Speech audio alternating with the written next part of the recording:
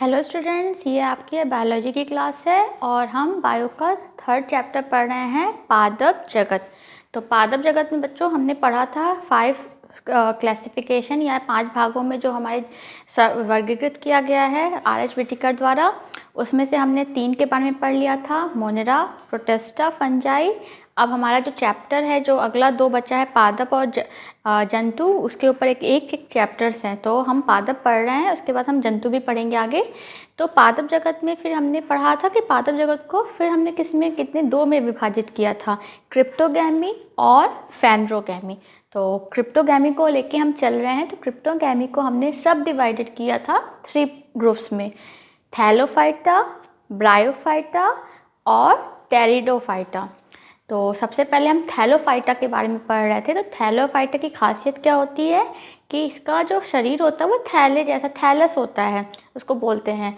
क्यों? क्योंकि इसके अंदर कोई भी जड़, तना, पत्ती में कोई भी विभाजन नहीं होता है। ठीक, तो अब हम इसका एग्जाम्पल जो थैलोफाइटा का था वो था शैवाल। तो शैवाल के हम प्रकार पढ़ रहे हैं आज। तो शैवाल के प्रकार में 3 प्रकार होते हैं, क्लोरोफाइसी, फियोफाइसी, रोडोफाइसी। तो क्लोरोफाइसी, फियोफाइसी, रोडोफाइसी, ये क्या है? ये तीनों ही शैवाल हैं। लेकिन इनके अंदर अंतर क्या है? वो अंतर क्या है कि इसके अंदर जो पिगमेंट पाए थे, एक लवक पाया जाता है, लवक के बेसिस पे इनको अलग किया गया है और जिसकी वजह से इनका रंग जो होता है वो भी अलग अलग होता है।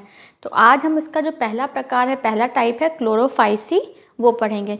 तो क्लोरोफाइसी, आपको नाम से पता चल रहा होगा कि क्लोरो मतलब क्लोरोफिल शब्द से आया है। और क्लोरोफिल क्या होता है, कैसा होता है? हरा रंग का होता है ना। तो इसी वजह से इसके अंदर क्या पाया जाएगा, इसके नाम से पता चला कि ये हरा होगा और इसी वजह से इसको हम हरा शैवाल भी कहते हैं। तो इनको रंगों के हिसाब से हम इनको हरा शैवाल बोलते हैं। अभी आगे आप पढ़ोगे कुछ ऐसे शैवाल जो हैं उसका रंग लाल होगा तो उसको लाल शैवाल बोलेंगे। तो क्लोरोफाइसी हरा शैवाल है और इसके अंदर क्लोरोफिल ए तथा क्लोरोफिल बी पाया जाता है। तो क्लोरोफिल के भी बहुत सारे प्रकार होते हैं, जिसमें से इसके अंदर क्लोरोफिल ए और क्लोरोफिल बी पाया जाता है। अब आगे क्या है, क्लोरोप्लास्ट में एक या एक से अधिक पायरेनॉइड स्टार्च होते हैं। अब क्या होता है, आपको पता होगा, पढ़ा होगा कि जब आप खाना खाते हो तो खाना खा के आप उसमें किस में बन जाता है, ग्लूकोज होता है। और ग्लूकोज जितना आप इस्तेमाल करते हो वो तो यूज़ हो जाता है आपके शरीर द्वारा, लेकिन बाकी जो बचा रहता है वो हमारे शरीर में स्टोर हो जाता है, संग्रहित हो जाता है in the form of glycogen. तो जो ये ग्लूकोज है जो स्टोर हो रहा है, संग्रहित फॉर्म है, वो जानवरों में ग्लाइकोजन के फॉर्म में स्टोर होता है, लेकिन हमारे पौधों में स्टार्च के फॉर्म में संग्रहित होता है। वहाँ पे वो पेड़ जो होते हैं अपना खाना बनाते हैं, ग्लूकोज बनाते हैं, तो वो ग्लूकोज भी उनके स्टार्च के फॉर्म में संग्रहित होता है। तो स्टार्च भी जो होते हैं वो कई प्रकार के होते हैं। तो उसमें से जो हरा शैवाल है इसके अंदर पायरेनॉइड होता है, ये स्टार्च का जो टाइप है, प्रकार है, वो इसमें पाया जाता है।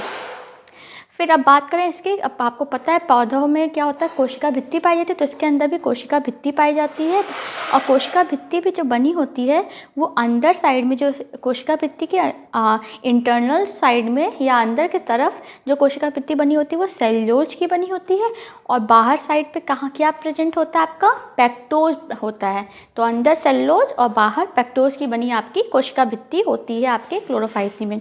अब कुछ उदाहरण देख लेते हैं। उदाहरण आपके हैं क्लेमाइडोमोनास, वॉलवॉक्स, यूलोथ्रिक्स, स्पायरोगैरा, कारा। तो ये आपके एग्जाम्पल्स हो गए आपके क्लोरोफाइसी की। तो बच्चों इसमें अगर आप बायो लियो तो आगे आप मेडिकल वगैरह की प्रिपरेशन करना चाहते हो तो आपको ये एग्जाम्पल्स भी याद करने पड़ेंगे।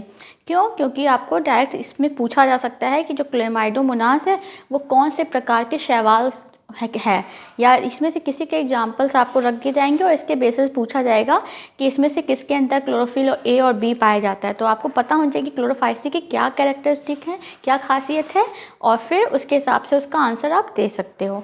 तो आई होप आपको समझ में आ गया होगा। बाकी हम नेक्स्ट क्लास में पढ़ेंगे। Thank you.